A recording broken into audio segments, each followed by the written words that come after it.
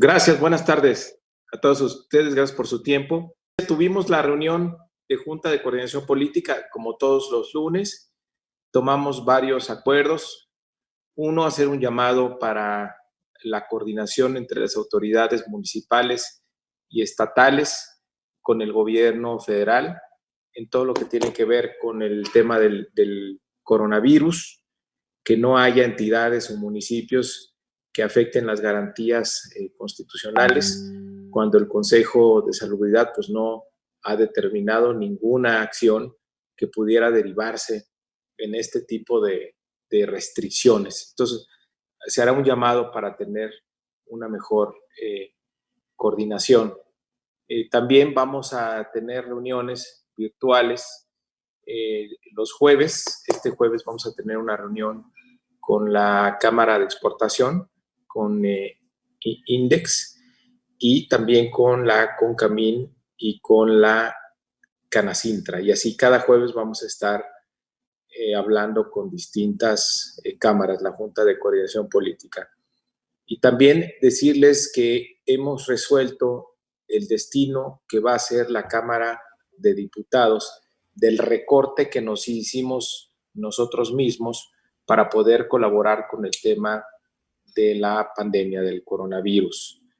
Como ustedes saben, la Universidad Nacional Autónoma de México sacó un programa para hacer kits que protejan a los médicos, a los residentes, a los internistas, que es lo básico, que son los guantes, bata, lentes, por supuesto las mascarillas, y convocó a la ciudadanía a que se hicieran donativos para comprar estos kits, cada kit valorado en 314 pesos.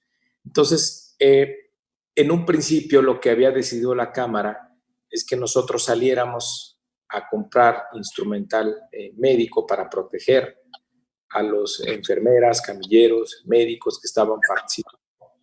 Pero la verdad es que las condiciones del mercado son muy difíciles y decidimos mejor apoyar a la Universidad Nacional en esta iniciativa. Entonces vamos a donar el equivalente a 400,000 kits, es decir, un monto de alrededor de 125 millones de pesos, para que la UNAM los distribuya a los médicos residentes, a los médicos, a los internistas en los hospitales que están atendiendo el COVID. Aquí vamos a entrar en colaboración con las autoridades sanitarias de nuestro país para que se determine pues, el número de médicos que hay en cada hospital y se pueda hacer una distribución eficaz.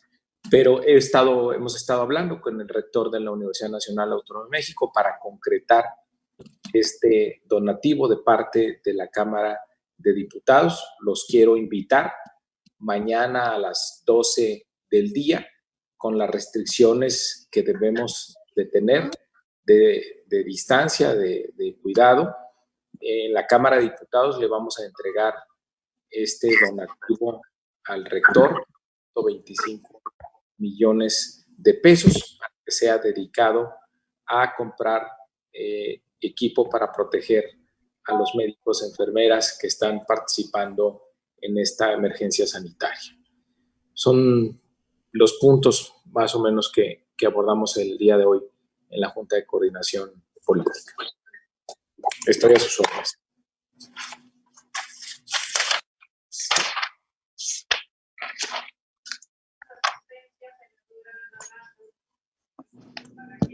Sí, la primera persona en preguntar sería la compañera Maru Rojas de Radio Fórmula.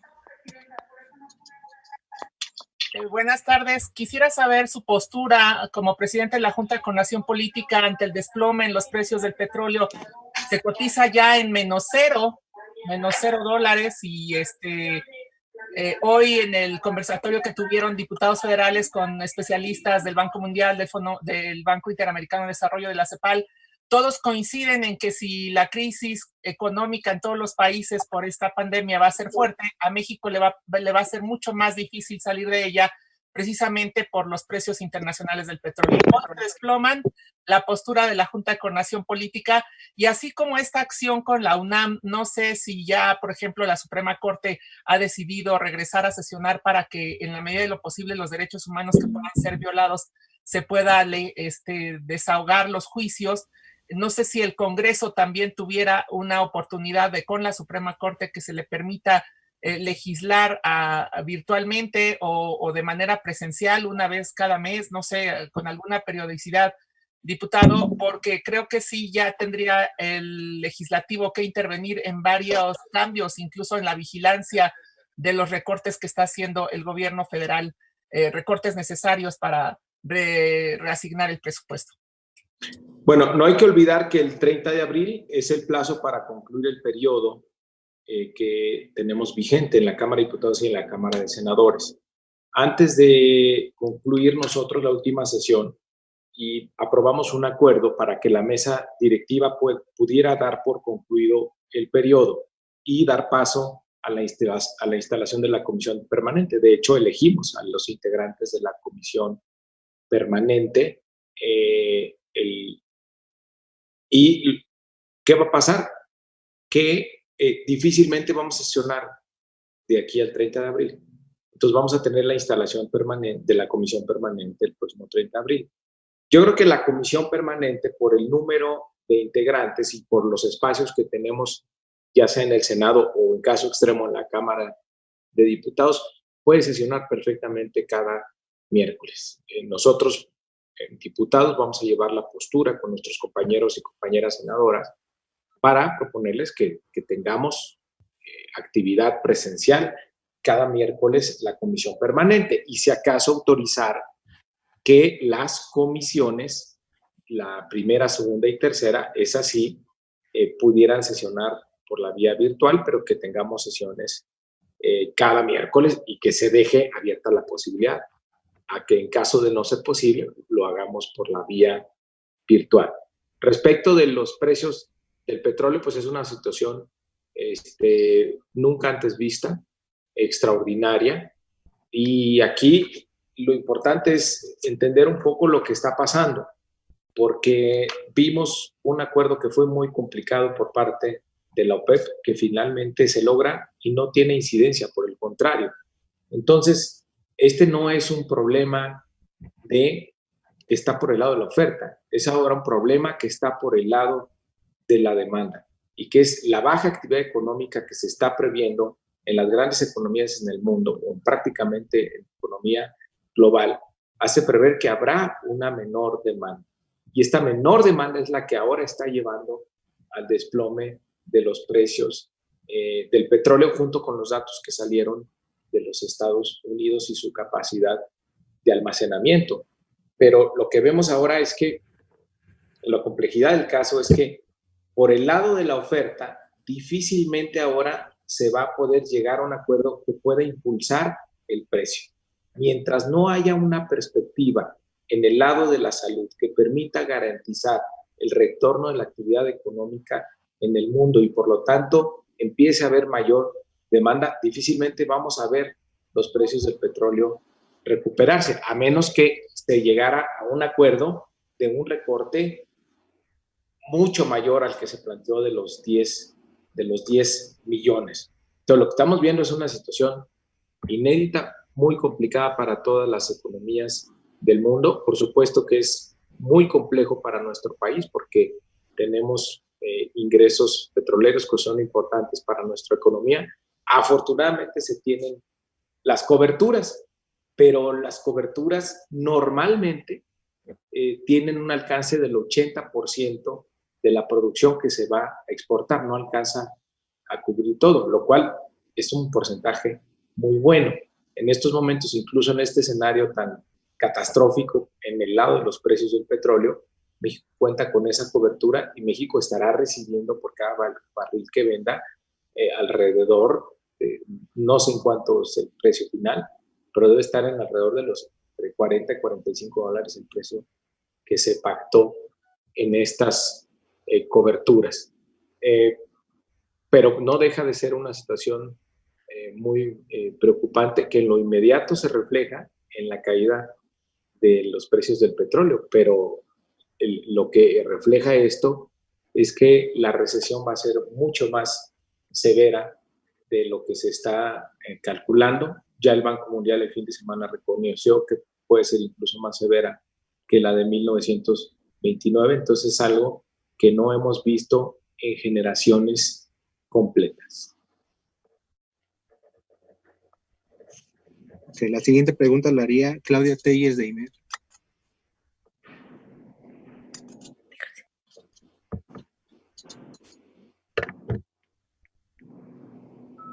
Buenas tardes, coordinador Claudia Telles de IMER. Para preguntarle si con esta situación que está pasando con el petróleo, sería ya prudente o si ya lo están haciendo que se empiece a dialogar con el secretario de Hacienda para un ajuste presupuestal. Hay la demanda de partidos de oposición para que se suspendan las obras prioritarias, Tren Maya, Dos Bocas, el aeropuerto de Santa Lucía, para que haya recursos para atender los rubros prioritarios, programas sociales. Si ustedes ya están viendo algo con el secretario de Hacienda sobre posibles cambios al presupuesto y también preguntarle, a raíz de esta pandemia se está viviendo una situación inédita también en el trabajo legislativo. ¿Cómo han visto que ha cambiado? ¿Cuál ha sido la dinámica ahora con los electores? Y si está por concretarse esta reforma para que pueda haber votaciones a distancia. Bueno, es un tema que ya ha salido. De hecho, varios diputados habían planteado ya la posibilidad de sesionar a distancia. Desde aquella vez que nos tomaron la Cámara, que tuvimos que sesionar fuera, de ahí ya algunos diputados empezaron a plantear la posibilidad de que se sesionara a distancia. A ver, lo cierto es que tenemos que modificar la Constitución para que esto ocurra. O sea, no podemos brincarnos la Constitución. Entonces, sí tendremos que, si ese es el camino, si decidimos sesionar a distancia, sí tendríamos que modificar la Constitución. O sea, sí tendríamos que tener una sesión donde se modificara la Constitución y poder dar paso a este tipo de sesiones. Así, yo no veo ningún acuerdo que posibilite pues tener una sesión a distancia. Entonces sí tendría que modificarse la cuestión. Es la opinión que tenemos de los abogados. Y no tenemos tampoco en la mesa una cuestión tan urgente, por ejemplo, como la tuvo hoy el Senado, para llamar a una sesión. En el caso del tema económico, la ley de presupuesto es muy clara. Cuando se presente una caída mayor en los ingresos, una vez que ésta sea reportada, entonces el gobierno tiene la obligación de presentarle a la Cámara una propuesta de ajuste en el ingreso y en el gasto, y la Cámara tiene que aprobarlo.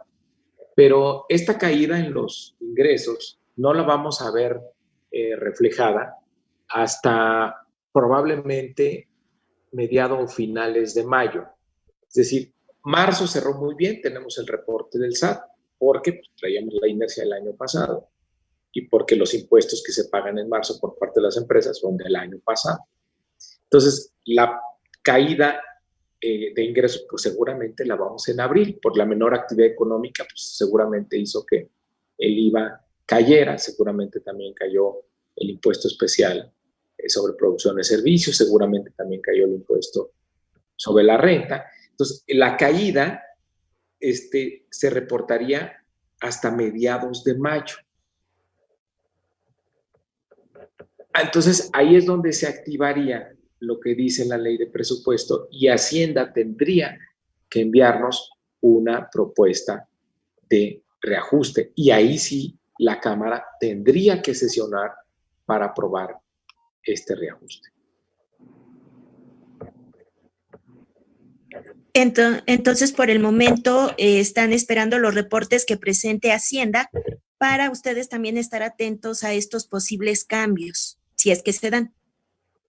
Sí, por lo pronto esto no va a ocurrir porque nosotros no podemos intervenir en el tema de la ejecución del presupuesto. O sea, la Cámara aprueba el presupuesto y el Ejecutivo es ya quien se encarga, ¿no? Entonces, una vez que sale de Cámara aprobado, pues ya es el Ejecutivo el responsable. No puede haber cambios, ¿no? Hay cambios, hay una excepción establecida en la ley, que es que se te caigan los ingresos, una caída mayor al 3%, donde entonces sí interviene la Cámara de Diputados. Gracias. Siguiente pregunta sería Fernando Damián de Milenio. Buenas tardes a todos. La primera pregunta que me gustaría hacerle, diputado, es acerca de, dado el reconocimiento de que ya va a ser muy difícil tener sesiones durante el plazo del periodo ordinario, quisiera yo saber, y lo anticipaba un poco la diputada presidenta Laura Rojas, si en esta reunión de hoy de Junta de Coordinación Política se trató la posibilidad o se perfiló ya como un escenario real la posibilidad de un periodo extraordinario de sesiones en mayo o junio, pues para atender los temas que siguen pendientes en la Cámara.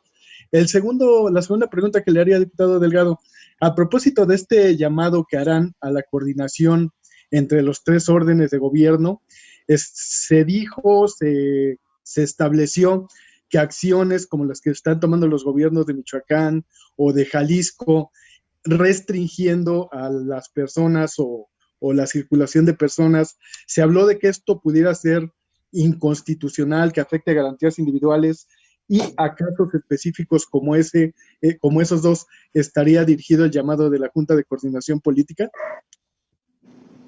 No es un llamado.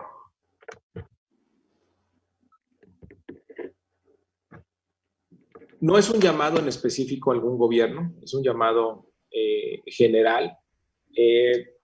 Hoy nos decía el coordinador de Movimiento Ciudadano, que el gobernador de Jalisco pertenece a su partido, le hacía algunas aclaraciones sobre lo que se ha dictado en Jalisco y él plantea un escenario diferente al que ha trascendido en los medios, pero no queremos que sea un llamado en específico a alguna autoridad, sino en general, porque sabemos que en estos momentos tan complicados para el país la coordinación es esencial, porque si cada quien empieza a tomar decisiones por su lado, pues pueden ser muy perjudiciales, sobre todo para la población. Entonces, en ese sentido va el llamado, la coordinación para ser más eficaces en el combate a esta crisis, evitar la propagación y además que tengamos un retorno económico lo más pronto posible. Y sobre el tema del eventual periodo extraordinario, diputado. Bueno, pues es muy temprano como para especular, o sea, ni siquiera sabemos cuándo vamos a salir. Evidentemente, tenemos trabajo pendiente, se nos está acumulando, y claro que vamos a hacer periodo extraordinario para recuperar el tiempo que hemos estado en suspensión. Por lo menos no hemos tenido las sesiones de abril. Si por lo menos tenemos 8 sesiones más las que dejamos en marzo, por lo menos tenemos pendiente 10 sesiones que tendremos que recuperar una vez que podamos sesionar. Pero yo no me atrevo todavía a dar fechas, ¿no? Si se cumple lo que ha dicho el gobierno federal, en cuanto se levante esta restricción, nosotros estaríamos de vuelta con periodo extraordinario para sacar todos nuestros pendientes adelante. Gracias. Seguiría Karina García del Universal. Gracias, diputado. Buenas tardes a todos. Yo quiero preguntar, hay una percepción de que en esta crisis económica, sanitaria, pues el gobierno ha dispuesto de recursos, obviamente obligado por las circunstancias, pero también falta de transparencia. De hecho, en el foro que recientemente acabó con organismos internacionales, pues recomendaban que no solo hubiera austeridad, sino que hubiera correcta aplicación y transparencia, precisamente para que llegado el momento de una reforma fiscal, pues no hubiera excusas de que algún sector se opusiera pues a la necesaria reforma de incluso eh, imposición de nuevos impuestos o readecuación, en fin. ¿Cómo ve usted este asunto de la transparencia? Tomando en cuenta que, por ejemplo, en el asunto de los fideicomisos, pues ahí claramente hay una responsabilidad de la Cámara como vigilante de todo este manejo financiero que está haciendo el gobierno federal. Eso por un lado, y por el otro, pues la entrega de donativos, pues sin duda es bueno, creo yo, pero pues como dice el clásico,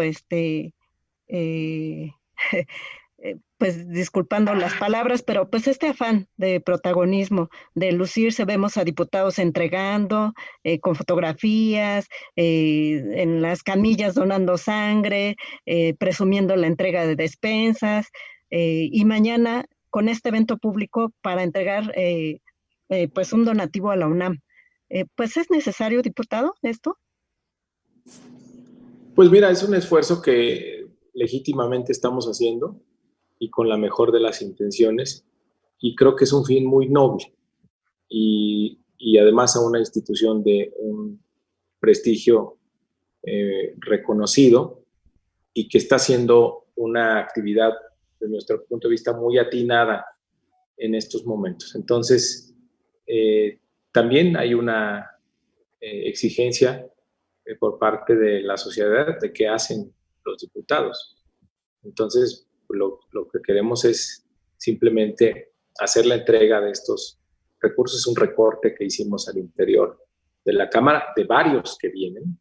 Hay que recordar que los primeros meses que estuvimos, de septiembre a diciembre, tuvimos un ahorro de 400 millones de pesos. El presupuesto el anteproyecto de presupuesto que había para 2019 era de 9.100 millones de pesos para la Cámara de Diputados. Sin embargo, para 2019 nos aprobamos 6.700 millones de pesos. Y hay que recordar que en enero pasado devolvimos a la tesorería de la Federación 218 millones de pesos de ahorros de 2019. Y para 2020 el presupuesto de la Cámara solo se incrementó en inflación. Es decir, sí, también nosotros tenemos que rendir cuentas de las medidas de austeridad que hemos tomado y de los recursos que le hemos ahorrado a los mexicanos. Y en esta ocasión, bueno, no quisimos quedarnos, además del esfuerzo personal que se está haciendo, que es muy válido y es legítimo, cada quien con sus recursos, con su dieta, con lo que quiera, está apoyando. Cada quien, pues ahí es su criterio, si lo da a conocer o no, pero además como institución, como Cámara, el esfuerzo que vamos a hacer es para destinarlo a la Universidad Nacional y que se apoye a todos los residentes y médicos a que estén bien protegidos durante esta pandemia. El esfuerzo de la Cámara de Diputados va a llegar a 400,000 o será equivalente a 400,000 kits de los que está preparando la Universidad Nacional Autónoma de México. En aquellas universidades en el país donde también haya la carrera de medicina y haya residentes en los hospitales que están atendiendo COVID, también a ellos les va a llegar el kit, y en coordinación con las autoridades sanitarias de nuestro país se hará el cálculo de cuántos médicos se tienen para ver cómo se distribuyen estos kits en todos los hospitales que se están atendiendo COVID y que cubra a todos los médicos y médicos residentes. Sobre el asunto de la transparencia, diputado, y de la fiscalización que debe realizar la Cámara de Diputados en asuntos fideicomisos. Como son, bueno, en el caso del donativo... readecuación de presupuesto, en fin. En el caso de, nada más para cerrar la idea, en el caso del donativo de la Cámara, pues no dejan de ser recursos públicos, entonces estarán sujetos a todas las medidas de fiscalización que corresponda. Es decir, no porque lo vayamos a donar a la UNAM, estos no se fiscalizarán. Por supuesto que vamos a tener medidas de transparencia y de rendición de cuentas en conjunto con la UNAM para que se sepa el destino de estos recursos. Y respecto de lo que está haciendo el gobierno, pues hay una ley de presupuesto sobre cómo el gobierno ejerce sus recursos. Y hay también están las leyes correspondientes en materia de auditoría. El gobierno tendrá que rendir cuentas de todos los movimientos y gastos que está haciendo en este momento para la emergencia. A mí no me causa ninguna inquietud que el gobierno esté ejerciendo todas sus facultades para sacar adelante al gobierno en esta crisis, en la atención, en la mejor atención posible a la ciudadanía y en disminuir el impacto económico. Claro que va a llegar el momento de rendir cuentas y ahí tengo plena confianza de que el gobierno está actuando con absoluta honestidad. Marisol Velázquez del Financiero seguiría.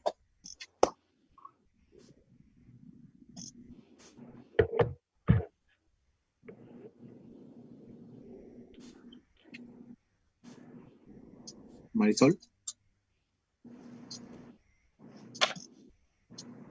Bueno, seguiría Jorge Chaparro de La Razón. Diputado, ¿me escucha? Hola, Jorge, ¿cómo estás? Bien, gracias. Buenas tardes a todos.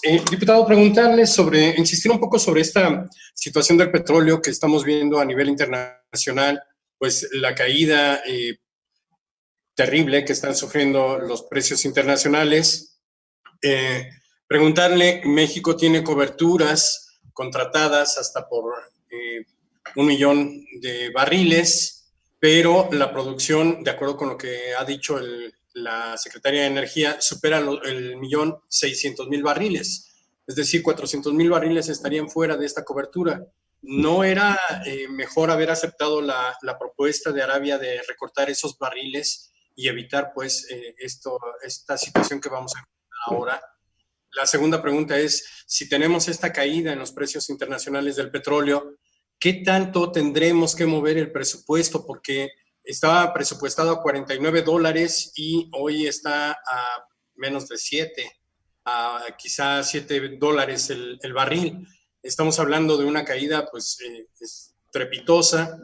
Ya decía usted que eso tendría que decidirlo la Secretaría de Hacienda, pero también creo que los diputados podrían empezar a hacer ya análisis sobre esto, porque definitivamente no se van a cumplir muchos, sobre todo la parte de los ingresos. Eso en cuanto al petróleo. La otra parte tendría que ver, el presidente anunció que tenía 400,000 millones de pesos para enfrentar la pandemia de COVID, y luego dijo que a través de los fideicomisos recibiría algo así como 720,000 millones. Estamos hablando de una cantidad bastante importante, pero vemos que insiste en bajar los sueldos de funcionarios, en hacer vaquitas de uno y de otro lado para poder completar el gasto en esta emergencia. ¿Qué está pasando? ¿Nos mintió el presidente cuando dijo esos 400,000 millones?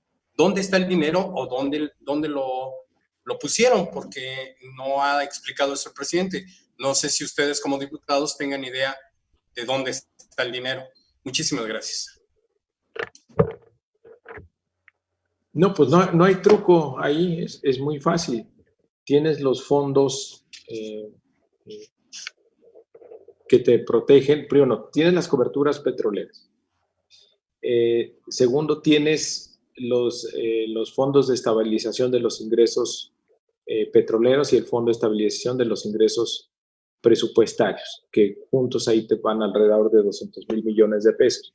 Después se tomó la medida del tema de fideicomisos, que ahí ha habido varias cifras, algunos que metían todos los fideicomisos y sí te daba como 700,000 millones de pesos, pero ahí estaban, por ejemplo, los fideicomisos de estabilización y esos pues no se deben de contar. Entonces, en realidad, por fideicomisos, el gobierno va a tener alrededor de yo creo que entre 200 y 300,000 millones de pesos. Y bueno, lo que está haciendo el presidente es llevar al máximo los instrumentos y programas de gobierno que tiene y también la austeridad para dedicar estos recursos, no sé si te has enterado, en políticas nuevas de apoyo a las pequeñas y medianas empresas, como 2 millones de créditos, que la mitad será para el sector formal, la otra mitad será para el sector informal. También se adelantó en 2 entregas la pensión de adultos mayores, lo cual requirió una erogación de 46,000 millones de pesos, y el tema de los microcréditos serán alrededor de 50,000 millones de pesos. Entonces, lo que está haciendo el presidente es llevar al límite los programas e instrumentos que tiene sin tocar la capacidad de endeudamiento del Estado mexicano, del gobierno mexicano. Y como ya hemos visto, el gobierno, al igual que monitorea de manera permanente los temas de salud, así está monitoreando los temas económicos y ha venido reaccionando en consecuencia. Aquí, digamos, la buena noticia es que el gobierno mexicano conserva todavía su capacidad de endeudamiento para responder ante un escenario más adverso.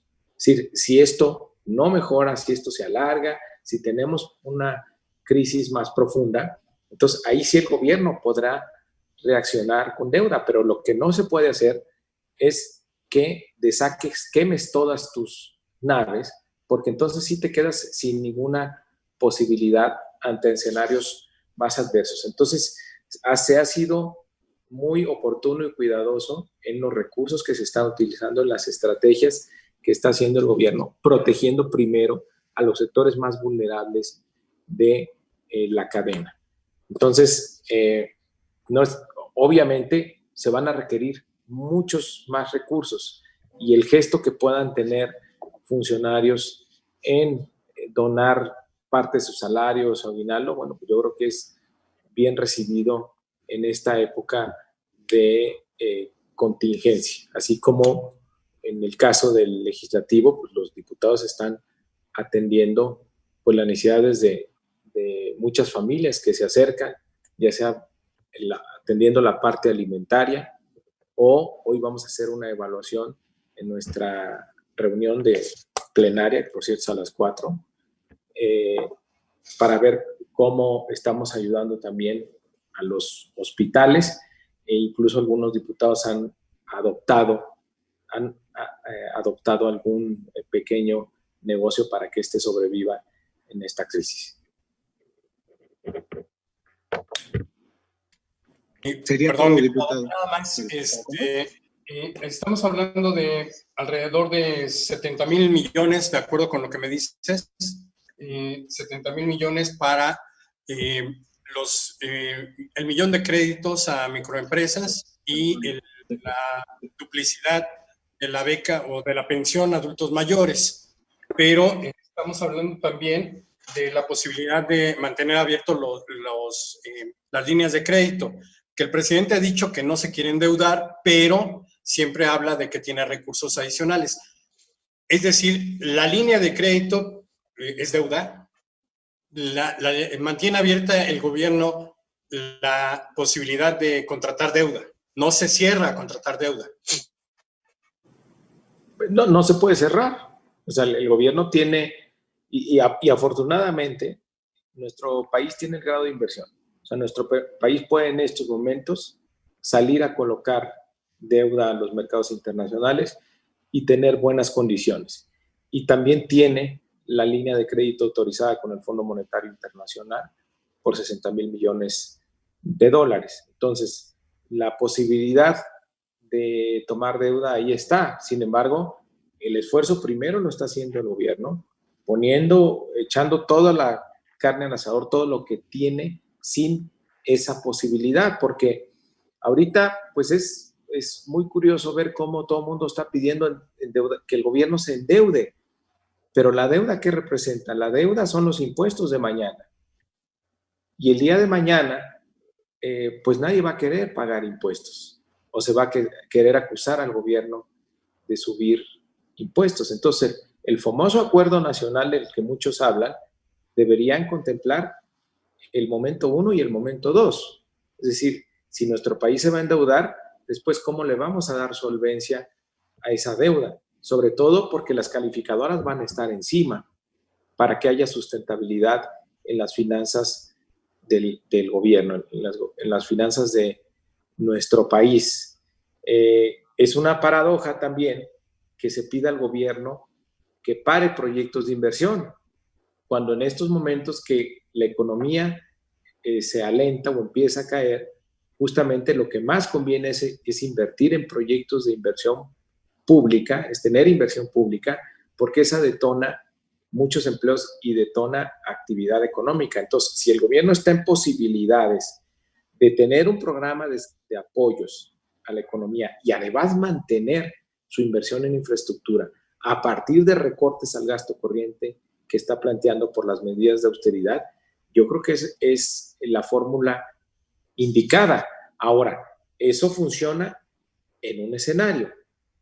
Si el escenario se vuelve más adverso, pues seguramente tendrá que recurrir a otras políticas, y ahí es donde, pues eventualmente, si ya no alcanzan los recursos que tienen, ni los que has ahorrado, ni los que puedes recortar, pues entonces vas a tener que pedir endeudamiento, pero que tenga un fin que le dé a México la capacidad de tener una recuperación económica más pronta y más fuerte, porque eso va a permitir que tengamos una ruta de endeudamiento sostenible y que no tenga el castigo de las calificadoras o de los agentes financieros. De eso se trata, de pensar en la sustentabilidad fiscal del gobierno mexicano en el mediano plazo. Y ahí se requieren dos cosas: el tema del cuidado de las finanzas públicas y el dinamismo de nuestra economía. Las dos factores van juntos. No es nada más cuidar las finanzas públicas y olvidarnos de la economía. No, ni tampoco enfocarnos en la economía a costa de cualquier precio en las finanzas públicas. Es un delicado balance que hay que tener para que nuestro país sea sostenible económicamente en el mediano plazo. Sería todo, diputado. Muchas gracias, compañeros. Muchas gracias. Bueno, a todos. Gracias a ustedes. Buenas tardes. Los esperamos mañana. Tardes. Gracias, buenas tardes. Gracias, diputado. ¿En dónde va a ser? Buenas tardes a todos. ¿En qué lugar físicamente va a ser la entrega, diputado? En un espacio abierto. Yo creo que va a ser ahí en la explanada. Ok. Para que esté muy abierto. ¿A qué horas? A las 12, mañana a las 12. A las 12 horas. Con el Muchas rector. gracias. Gracias a ustedes. A usted, los saludo. Gracias.